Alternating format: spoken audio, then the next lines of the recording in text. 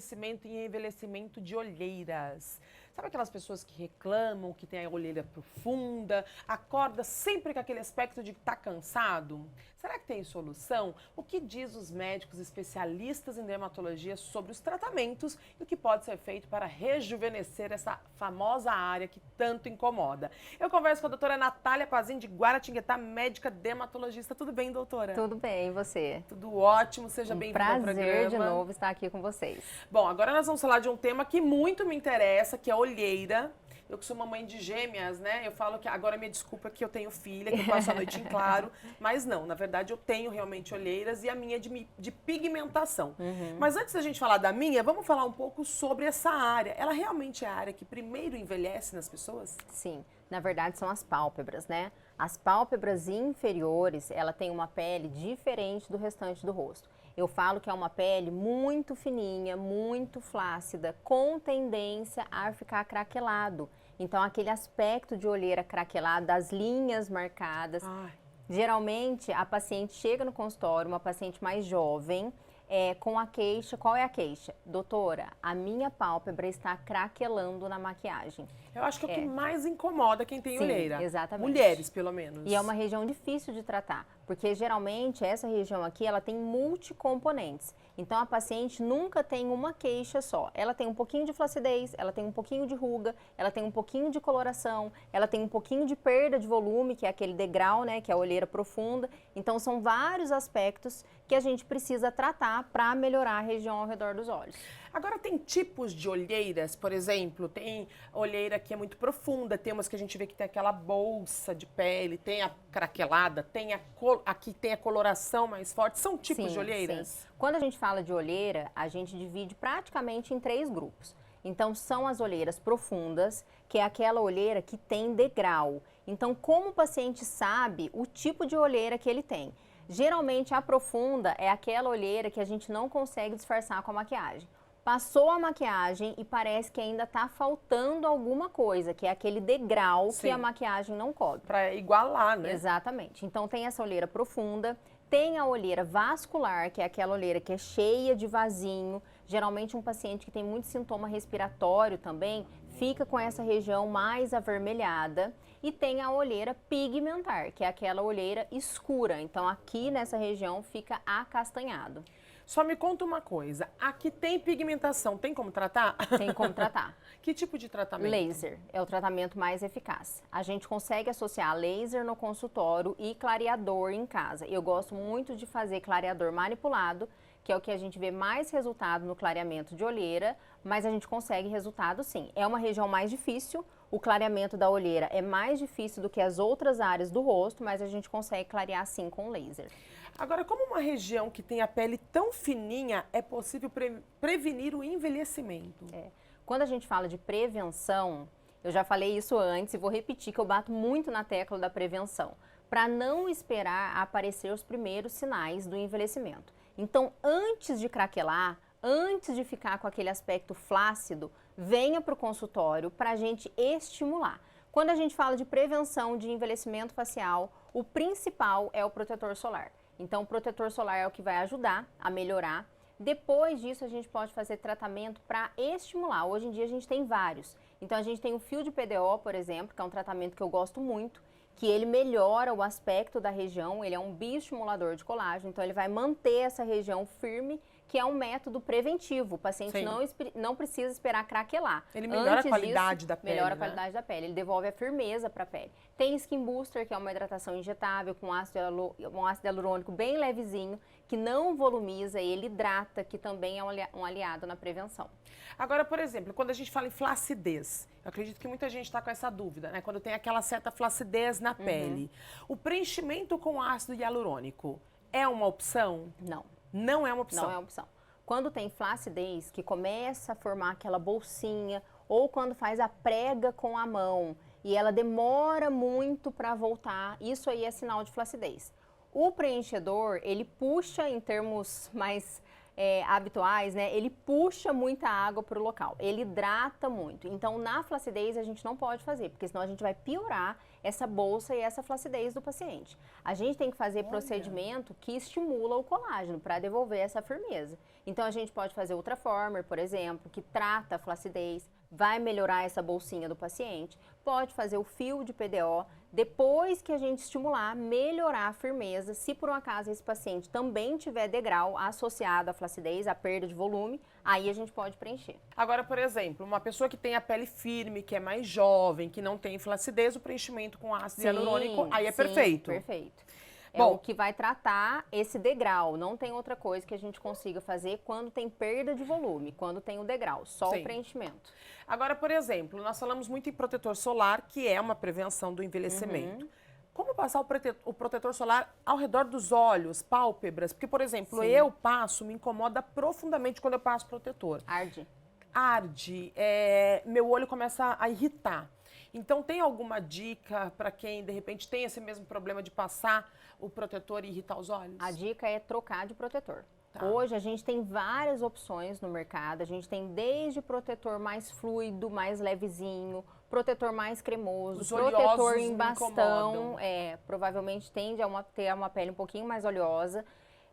Tem que habituar a passar o protetor solar. E se por um acaso passar, porque assim, o correto é passar na pálpebra inferior e na pálpebra superior, rosto todo, e não esquecer dessas duas regiões. Passa na pálpebra? Passa, e orelha também, não pode esquecer. Que é a regiãozinha que tem muito câncer de pele. Exatamente, pescoço e colo, né? Kit completo. Se tá ardendo essas regiões que tem a pelezinha mais sensível, tem que trocar o protetor, não tem outra saída. Vai testando até encontrar um que tenha uma textura agradável e não incomode essa região. Uma dúvida, eu falo isso porque eu uso muita maquiagem. No último programa nós falamos sobre o pó, né, com proteção. Essas maquiagens que vêm com proteção são eficazes? Não. Não são? A gente não aconselha, não. Tá. Primeiro, porque tem muita propaganda e é importante falar sobre isso, porque às vezes a pessoa fala assim, eu não passo protetor porque as minhas maquiagens já vêm com proteção. Primeiro, o que a gente pede? Um FPS maior que 30. Geralmente, das maquiagens, tem um FPS em torno de 20, o que não confere uma proteção adequada para o dia a dia. Outro quesito é em relação à quantidade, que eu também falei no outro programa, que a quantidade correta para rosto e pescoço é 1 colher de chá. Na maquiagem, a gente não consegue passar essa quantidade. A gente passa só um pouquinho e esse só pouquinho não protege. Skincare deve ser feito diariamente, a pessoa tem que criar um hábito de skincare. Existe, assim, a necessidade de uma rotina, né? Porque, assim, tem muita gente que eu percebo que, não, eu lavo o rosto com um sabonete X e passo uma vitamina C. O que é recomendado? Ter uma rotina de skincare ou simplesmente limpar a pele e passar uma vitamina C e tá tudo ok? Primeira coisa, se for para escolher um único produto, esse único produto sempre vai ser o protetor solar, não vai ser outro.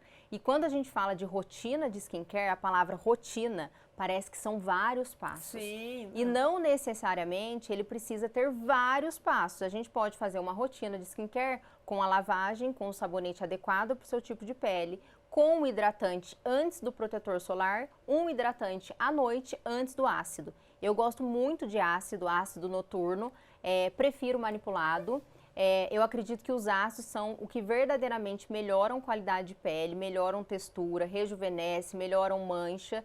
Então, basicamente isso. Depois, eu, por exemplo, eu faço um skincare longo com vários produtos. Eu não adoro precisa também. de tudo isso. Aí vai do paciente, o que ele está disposto naquele momento. Mas você sabe que eu acho que é uma questão de hábito, porque depois que você acostuma e percebe que dá diferença, eu tive um amigo que falou assim, Duda, faz um teste de 21 dias e fotografa.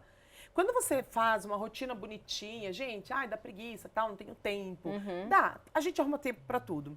Você percebe que melhora muito a pele, seja o produto que for, porque é um cuidado, né? Então eu fiz uma rotina com uma linha que eu uso e eu amei e falei, gente, como realmente muda. Muda. Eu vejo isso no consultório, assim, geralmente eu falo, quando você voltar no retorno aqui, a gente já vai ver a melhora da pele. E assim, o paciente que não tem o hábito de cuidar, naquele retorno curto, geralmente entre 30 e 50 dias, o paciente volta com a qualidade da pele muito melhor, muito. Ele segue direitinho ali e dá certo.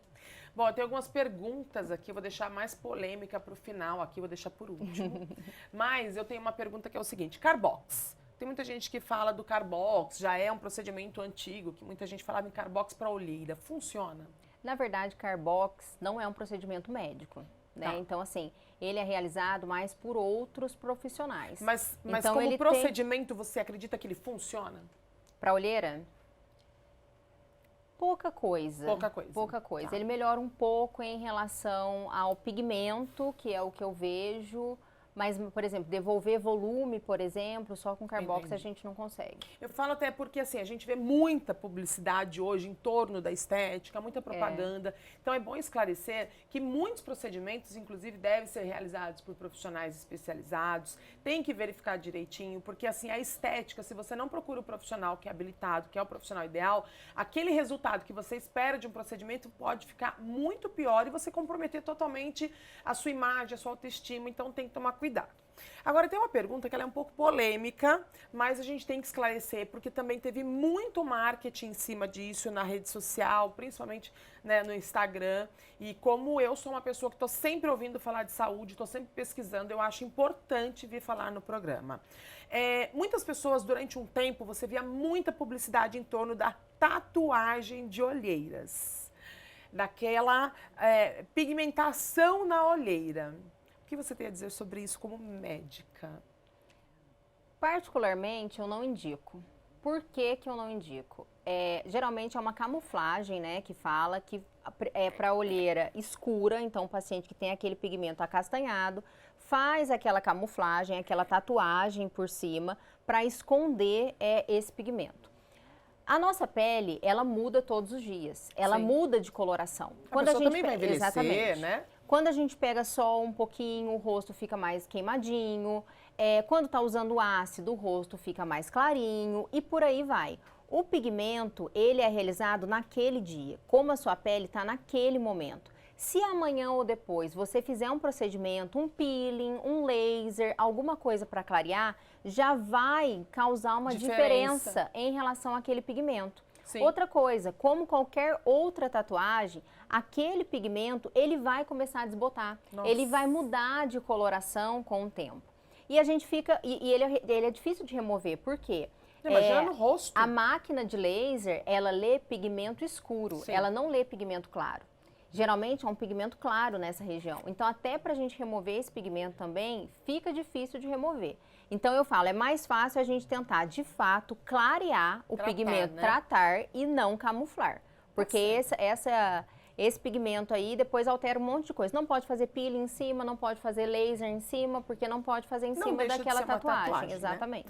Doutora, obrigada pela sua participação. Eu que agradeço. Mais uma vez falando aí sobre cuidados com a pele, rejuvenescimento e o envelhecimento, porque todo mundo vai envelhecer, mas o propósito do nosso programa é fazer você envelhecer, que tal? Com qualidade de vida e ficando mais jovem. Doutora Natália Pazin de Guaratinguetá, médica dermatologista, obrigada pela sua participação. Eu que agradeço. Obrigada pelo carinho de vocês, pela audiência. É sempre um prazer falar de prevenção, bem-estar e qualidade de vida, trazendo informações atualizadas com profissionais que vão garantir a informação com ética, com responsabilidade para você que está em casa. Então não se esqueça, todos os domingos, às 9 horas da manhã, nós temos um encontro marcado. Se você perdeu o programa ou quer indicar para alguém, entra nas nossas redes sociais Saúde Você lá no Instagram e também Grupo Saúde Você no Instagram e Saúde Você com Duda Rodrigues lá no nosso canal do YouTube. Quer me acompanhar? dudarodrigues.oficial.